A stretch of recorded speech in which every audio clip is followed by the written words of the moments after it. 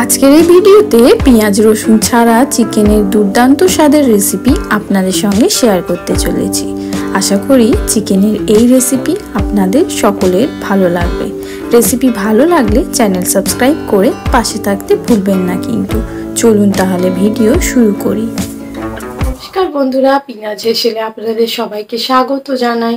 আমার চ্যানেলের ভিডিওগুলি ভালো লাগলে আমার চ্যানেলটি কিন্তু অবশ্যই সাবস্ক্রাইব করবেন। রেসিপি শুরুতে 500 গ্রাম পরিমাণ চিকেন ভালোভাবে ধুয়ে পরিষ্কার করে নিয়েছি। এখন এর মধ্যে 2 চামচ পরিমাণ টক দই অ্যাড করে দিচ্ছি।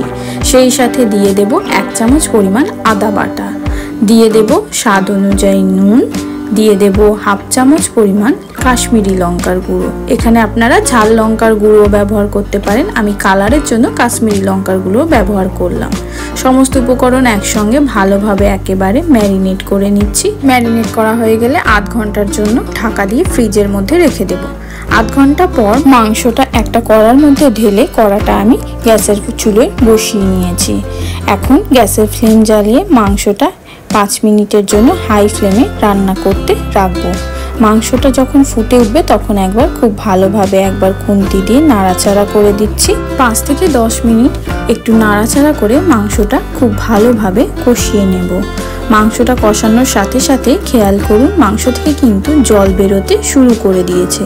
এই মাংস রান্নায় আমি বাইরে থেকে কোনো প্রকার কোনো জলের ব্যবহার করব না। মাংস থেকে বেরোনো জলেই মাংসটা কিন্তু খুব ভালোভাবে সেদ্ধ হয়ে যাবে। মাংসটা খুব ভালোভাবে কষিয়ে নিয়েছি। এখন আমি ঢাকা দিয়ে 10 মিনিটের জন্য হালকা আঁচে রান্না করতে রেখে দেব। ফিরে এলাম 10 মিনিট পর। এই পর্যায়ে ঢাকনা খুলতেই খেয়াল করুন মাংস থেকে কিন্তু অনেকটা পরিমাণে জল বের হয়েছে। এখন হালকা হাতে হালকাভাবে আমি খুন্তি দিয়ে মাংসটা একটু ভালোভাবে নাড়াচাড়া করে নিচ্ছি। এই পর্যায়ে আমি মাংসর মধ্যে কিছু মশলা অ্যাড করে দেব। প্রথমেই দিয়ে দিচ্ছি 1 চামচ পরিমাণ ধনের গুঁড়ো, সেই সাথে দিয়ে দেব হাফ চামচ পরিমাণ জিরের গুঁড়ো, আর দিয়ে দেব হাফ চামচ পরিমাণ গোলমরিচের গুঁড়ো। আপনারা যে যেরকম ঝাল খান সেই অনুযায়ী এখানে গোলমরিচের গুঁড়ো ব্যবহার করতে পারেন। অল্প মশলায় তৈরি চিকেনের এই রেসিপিটা কিন্তু রুটি, পরোটা বা গরম ভাতে একেবারে জমে যাবে। তাই বাড়িতে একবার হলেও এই রেসিপিটি কিন্তু ট্রাই করে দেখতে পারেন। এখন গুঁড়ো মশলা সহযোগে মাংসটাকে আরও 5 থেকে 10 মিনিট হালকা আঁচে কষাতে থাকবো, যাতে মাংসটা পুরোপুরি সেদ্ধ হয়ে যায় ও মাংসের ভেতর থেকে সমস্ত গন্ধ দূর হয়ে যায়। 10 মিনিট ধরে কষিয়ে নিয়েছি। এখন এই পর্যায়ে দিয়ে দেব হাফ চামচ পরিমাণ গরম মশলা, সেই সাথে কুচিয়ে রাখা টমেটো। এখানে আমি একটা মিডিয়াম সাইজের টমেটো কুচি ব্যবহার করেছি।